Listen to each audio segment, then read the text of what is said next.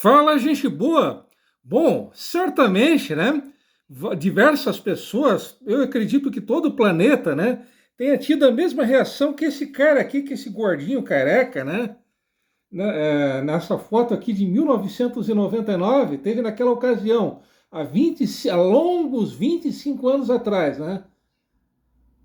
Eu imagino que vocês, né, e repetindo, boa parte da humanidade tenha tido uma reação igual a desse cara aqui da foto, tá? Só a título de curiosidade, essa foto aqui é da revista Placar, tá? Do dia, edição de junho de 1999, tá? E essa foto aqui foi do jogo Corinthians 2, Palmeiras 0, pela Taça Libertadores da América, né? O Palmeiras acabou vencendo, né? Nos pênaltis. Daí a reação aqui do nosso simpático amigo careca e gordinha, né? O coringão dele perdeu nos pênaltis, né?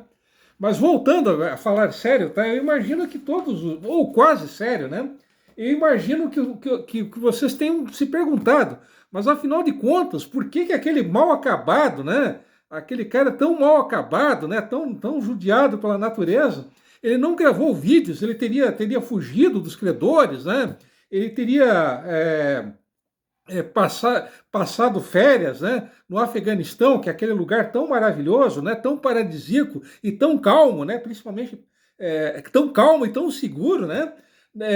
Bom, agora virão os devidos, virá o devido esclarecimento, tá?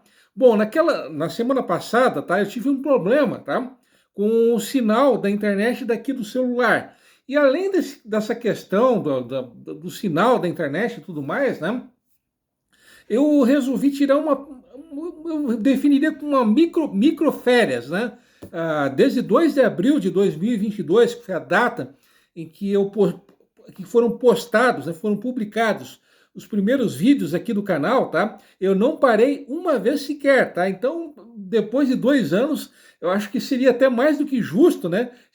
Tirar férias, mesmo que seja férias de um período de descanso de apenas uma semana, né?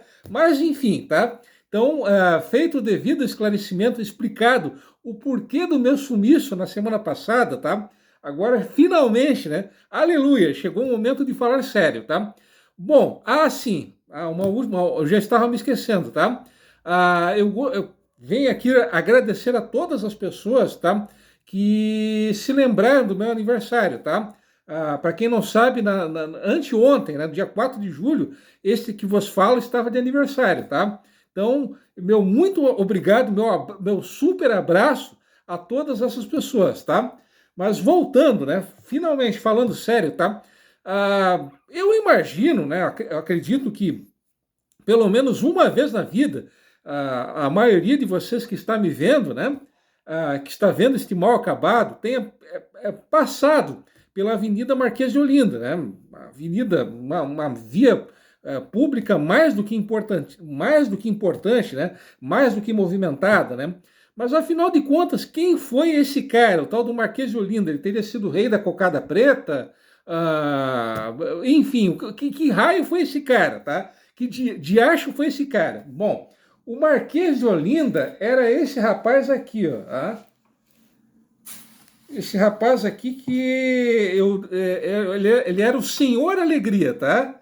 Então ele era alegria em pessoa. Então esse cara aqui, o rapaz alegre no bom sentido, tá? Esse aqui foi o famoso Marquês de Olinda. Mas aí vem a pergunta inevitável: o que esse cara aqui, tá? Esse cara tão alegre, ele fez para merecer ser nome, né? De uma via pública tão importante aqui em Joinville. Bom, até tem uma outra gravura dele aqui, tá? Pena que ela é muito pequena, não sei se será possível vocês a verem, né, com exatidão, né, com nitidez, né? Essa aqui é uma outra gravura, outro retrato do Marquês de Olinda, tá? Esse cara aqui que vocês estão vendo, careca, tá? Esse cara aqui foi o Marquês de Olinda, tá? Bom, isso em qualquer livro de história do Brasil, né? Qualquer livro de história do Brasil que se preze, né? Comenta, né, que em 1831, por diversos fatores, né, por diversos motivos, o Dom Pedro I, o galanteador Dom Pedro I, né, o sedutor Dom Pedro I, ele teve que renunciar, teve que abdicar, ou seja, renunciar ao trono em favor do filho dele, né? Ah, só que havia um pequeno detalhe. Naquela ocasião, em 7 de abril de 1831, o filho dele, obviamente o Dom Pedro II, ele tinha apenas 5 anos e 4 meses de idade, né? Então, obviamente, ele não poderia assumir o trono, né? Não poderia ser o novo imperador do Brasil. Bom, a Constituição de 1824, ela que previa que no caso de uma vacância, né, do trono, em casos como esse, do Dom Pedro I, que teve que renunciar ao trono, quem acabaria governando o país, tá, seriam 3 pessoas. Então, isso seria uma regência trina. Então, seriam 3 caras, né, 3 regentes, que governariam em nome do Dom Pedro II, tá? Bom, a primeira regência trina, né, os primeiros regentes, né, que governaram em nome do Dom Pedro II, tá? Até farei uso aqui, foram o Nicolau Campos Vergueiro, o José de Campos, né, José Joaquim de Campos, e o brigadeiro Luiz Antônio, né, só farei uso aqui da minha cola, tá? É o brigadeiro Francisco de Lima e Silva, tá? Esse cara, tá? O nosso amigo Francisco, o nosso amigo Chico Brigadeiro, tá? Ele era o pai do Duque de Caxias que dispensa qualquer apresentação, tá? O Nicolau de Campos Vergueiro, que foi aquele primeiro cara que eu citei, tá? Ele era um latifundiário, ou seja, ele era um grande fazendeiro, e ele tinha terras onde hoje é o município de Limeira, no interior de São Paulo. Até em diversos livros de história, tá? E isso é contado, que em 1856 houve uma revolta de agricultores, de imigrantes suíços, que trabalhavam e viviam na fazenda Ibiacaba. Essa fazenda Ibiacaba, ela pertencia justamente ao Nicolau de Campos Vergueiro, né? Inclusive o Nicolau de Campos Vergueiro, ele foi um dos grandes idealizadores e incentivadores da vinda de europeus para o Brasil, né? E, inclusive, ele foi um dos primeiros fazendeiros a terem feito uso de mão de obra estrangeira, né? De mão de obra imigrante, né? E até tem uma gravura aqui, ó. Essa gravura, tá? Ela retrata uma dessas regências trinas, né? Tomando posse, né? Então, até de 1831 até 1835, como eu acabei de dizer, eram 3 caras, né, 3 regentes, que governavam em nome do Dom Pedro II. Só que, a partir de 1835, ao invés de 3 regentes, passou a ser apenas um regente. E esse regente passou a ser eleito pelo voto, entre aspas, popular. Por que entre aspas? Porque no tempo da monarquia, tá? Para que você pudesse votar em alguém, para que você pudesse ser um eleitor, você teria que ter uma renda mínima, né? Agora me foge a memória a quantidade mínima de receita que você deveria ter, tá? Então, em outras palavras, só rico votava, tá? Então, em 1800, isso de 1835 até 1840, ao invés de 3 regentes, como eu havia acabado de dizer, passou a ser apenas um regente, tá? Um regente eleito através do voto, né? Pelos eleitores, né? Bom, um desses regentes foi um padre, né? Foi o padre Feijó, né? Inclusive eu tenho um retrato dele aqui, né? Bom, esse cara aqui, esse rapaz tão alegre que vocês estão vendo, né? O regente Feijó, ele em 1832 ele tentou dar um golpe de Estado, né? Nesse climão gostoso, né? Ele foi obrigado, né, a encerrar o mandato dele muito antes do tempo. Então, de 19 de setembro de 1837 até 7 de abril de 1838, quem acabou governando, né, no lugar desse cara, né, do regente Feijó, né, do padre Feijó, Diogo Feijó, tá, acabou sendo justamente o nosso amigo aqui, tá, o Marquês de Olinda, né. o Marquês de Olinda ele acabou encerrando, né, acabou concluindo o mandato que seria do regente Feijó, né, do padre Feijó, do padre Diogo Feijó, e em 1838 ele acabou sendo regente, né? Então ele acabou exercendo a regência do Brasil de 7 de abril de 1838 até 23 de julho de 1840, né? Bom, em 1800, pela Constituição, tá? O Dom Pedro II ele só poderia assumir ele só poderia assumir o trono, tá? Ele só poderia ser coroado ao completar 18 anos de idade. Acontece que em 1840 ele tinha 14 anos, né? Então faltava ainda um bom tempo para que ele tivesse condições legais de ser coroado imperador. Só que, como já viu o velho jeitinho brasileiro, deu-se um jeito de antecipar a coroação dele. Então ele acabou assumindo o poder em julho de 1840, tá? E em julho de 1841, ele acabou sendo oficialmente coroado imperador do Brasil, tá? Embora, como eu acabei de dizer, ele já governasse desde o ano anterior. Inclusive, eu tenho um retrato aqui, uma gravura, né? Da coroação, da cerimônia de coroação do Dom Pedro II, né? Assim, já achei, tá? Então, essa aqui foi a cerimônia de coroação do Dom Pedro II, tá? Repetindo, isso em julho de 1841, tá? Bom, sobre o nosso amigo, né, o nosso amigo Alegre ali, o Marquês de Olinda, tá? Embora ele tivesse esse título de Marquês de Olinda, ele não era natural de Olinda, tá?